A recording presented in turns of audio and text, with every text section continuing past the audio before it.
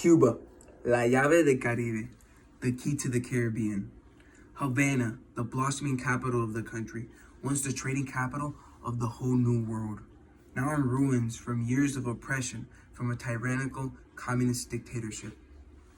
Despite its past and present dark times, it's what I called home, and to this day, still yearn to be able to return to someday. In Havana, you'll be captivated by the sights of old colonial buildings with Chevy 55s rolling down the street like it's any other ordinary day. However, out of all the grand historical things that are located at or take place in Havana, the one nearest and dearest to my heart is El Malecón. My parents, Hilda and Rafael Diaz, said in Spanish, although our lives in Cuba were riddled with hardships and obstacles, one of the things that kept us going was standing in El Malecón after a long, hard day and taking in the romantic night by the ocean. Or when all else felt lost or gone, we would look out into the ocean and imagine the country that just laid 90 miles away, the free land, and dream of what it would be like to be there someday. And here I am today. And Malecón truly has a well-deserved place in my heart.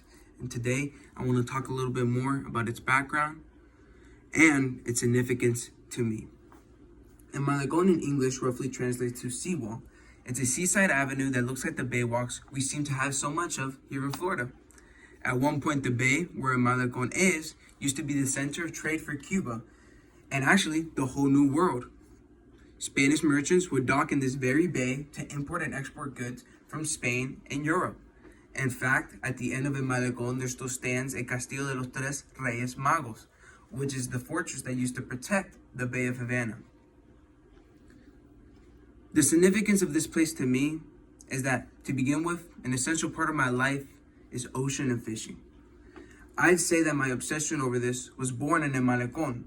Me and my dad used to scrap the antennas off of old junk cars that were made out of fiberglass to use as rod blanks. From there, sometimes we would outfit them with fishing rod rides that were made out of tin that I would flatten, roll, and bend to the rod itself.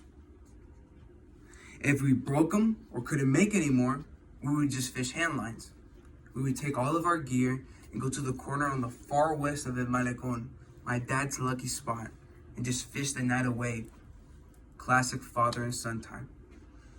Sometimes we wanted to fish out a little bit further, so we would gather the inside of a tire from a tractor, inflate it, tie some rope to the end of El Malecón, cast it out, and you would drift out into the ocean with little flippers, and we'd be fishing on our little makeshift boats.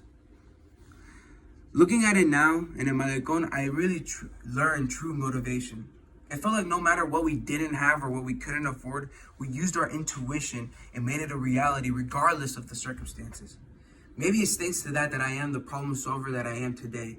Maybe it's thanks to that I can appreciate so much of the things that are given to me in this country and so much of the great opportunities that we've had here. In fact, the opportunity to be in this class.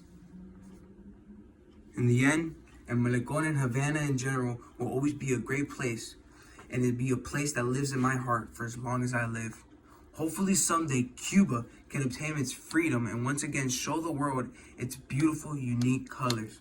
Hasta que se seque Malecón, this has been Jonathan Diaz, and I hope you guys have a great day.